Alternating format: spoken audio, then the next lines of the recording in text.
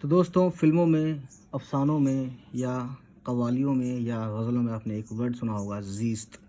तो ये ज़ीस्त ऐसे लिखते हैं, तो हमारी वीडियो से आप लिखना भी सीखते हैं। छोटी का दो नुक्ता, सीन और फिर ते, ज़ीस्त, है ना? ज़ीस्त वर्ड आप ये समझ लीजिए, ज़े यानी ज़ेड से, ज़ी, सीन, सा और ता, ज़ीस्त। ठीक है? तो इसका मतलब ये वर्ड भी फ़ारसी से लिया गया है ना?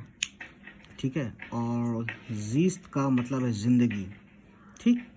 हिंदी में इसको जीवन या यही ज़िंदगी वाला ही, उर्दू वाला ही बोल देते हैं। हिंदी उर्दू तो में मतलब मिक्स हो गई है, मिक्स हो चुकी है, आयु भी इसका उम्र यानी आयु उम्र में भी लेते हैं, हस्ती में भी लेते हैं इसका मायने, ठीक है?